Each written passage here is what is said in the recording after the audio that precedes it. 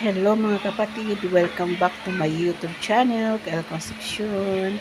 Ito mga kapatid, ginagawa na ko ng aking sister-in-law ng lumpiang togi. Yan, lumpiang togi.